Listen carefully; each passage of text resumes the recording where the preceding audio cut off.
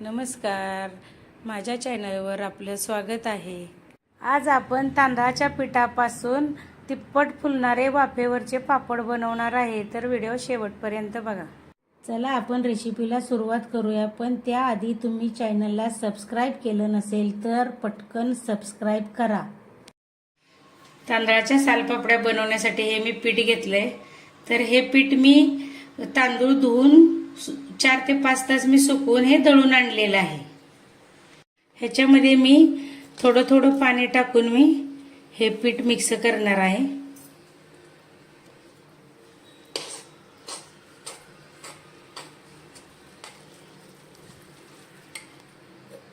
तर असं हे थोडं थोडं पाणी टाकून पीठ हे मिक्स करून घेऊया आपण आता।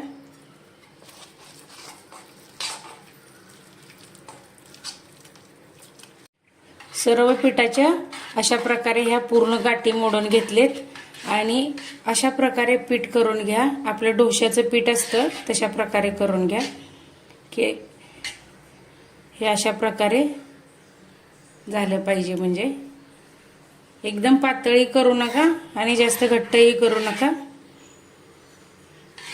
हे बघू शकता तुम्ही हे कसं झालंय ते।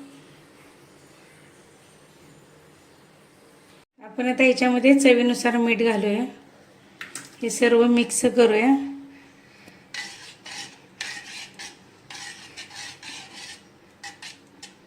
आणि अर्ध्या तासासाठी आपण हे असंच भिजत ठेवूया।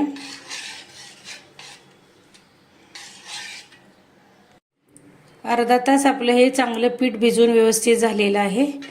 तर जास्त पातळही करू नका आणि घट्टही करू नका। तर तुम्हाला मी हे दाखवते डबल। तर हे अशा प्रकारे पीठ बरोबर हे चमच्याला दाखवल्याप्रमाणे आलं पाहिजे।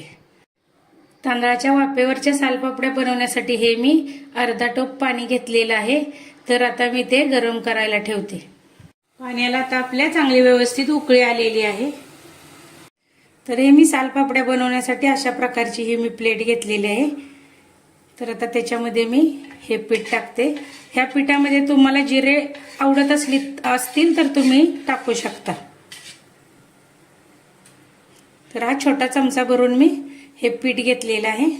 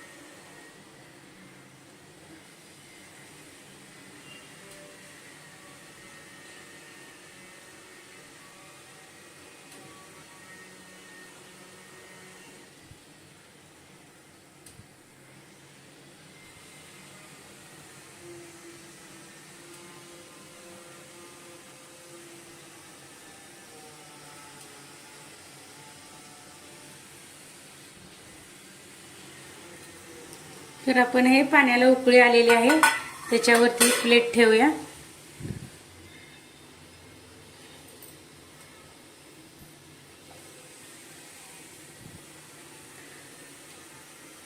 आणि ही वरची बाजू सुकली की लगेच आपण पलटी करून घ्यायचं आहे, कारण ती बाजू सुकायच्या आतमध्ये पलटी करायचं, नाहीतर मग पापडला आपल्या चिरा पडू शकतात। आपण आता पलटी करूया। वरची बाजू सुकलेली आहे।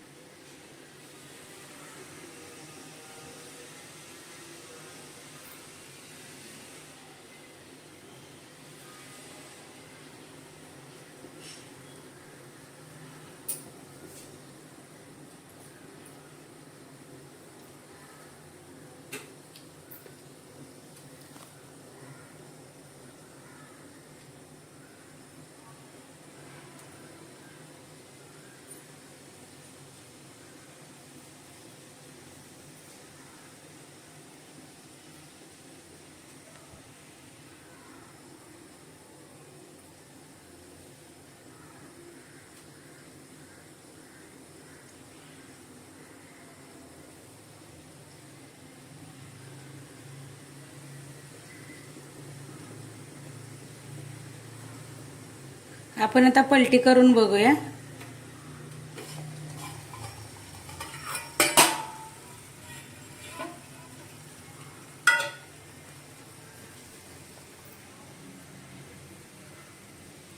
आपण आता ही थंड झाल्यानंतर सुईने काढून घेऊया. प्लेट आता थंड झालेली आहे, तर आपण आता हे सुईने त्याच्या सर्व काड्या मोकळ्या करून घेऊया अशा.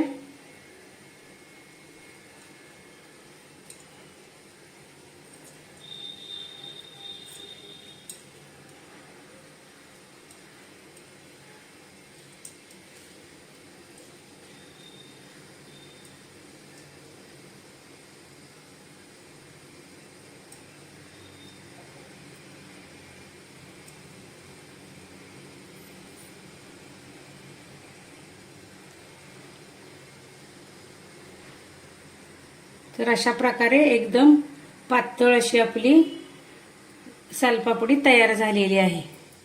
एकदम पातळ अशी झालेली आहे तयार. आपण आता हे कागदावरती अशी टाकून घेऊया सुकण्यासाठी.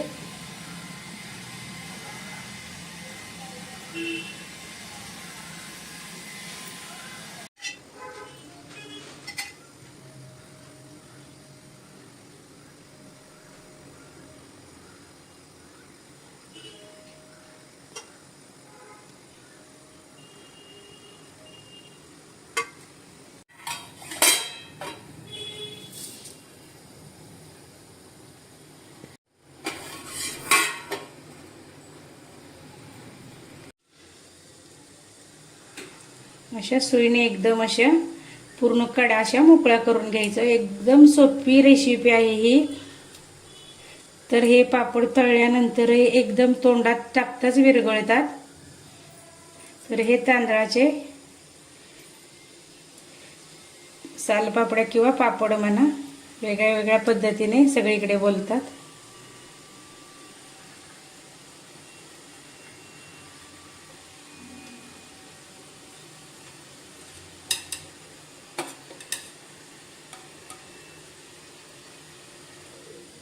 अशा प्रकारे आपला दुसराही पापड तयार झालेला आहे एकदम पातळ. अशाच प्रकारे सर्व मी सालपापड्या बनवून घेणार आहे.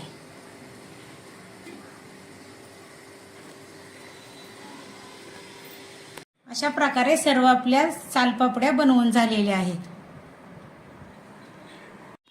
2 दिवस वाळल्यानंतर आपल्या सालपापड्या चांगल्या सुकलेल्या आहेत. 1 दिवस पंख्याखाली आणि 1 दिवशी उन्हामध्ये वाळवलेत. तर एकदम पातळ अशा आपल्या सालपापड्या तयार झाले. तर आता आपण हे तळून घेऊया. तेल आपलं गरम झालेलं आहे. आता आपण तांदळाची सालपापडी तळून घेऊया.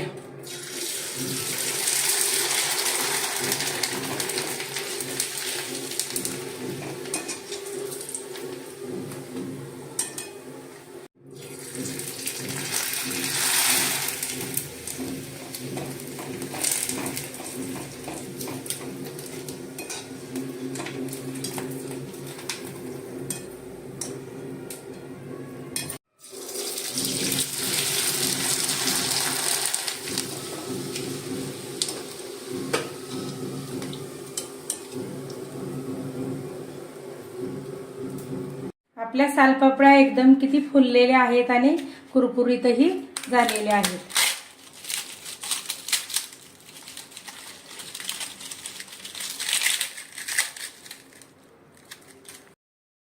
तुम्हाला आजची रेसिपी आवडली असेल तर व्हिडिओला लाईक करा, शेअर करा आणि चॅनलला सबस्क्राईब केलं नसेल तर नक्की सबस्क्राईब करा. भेटूया पुढील भागात. धन्यवाद.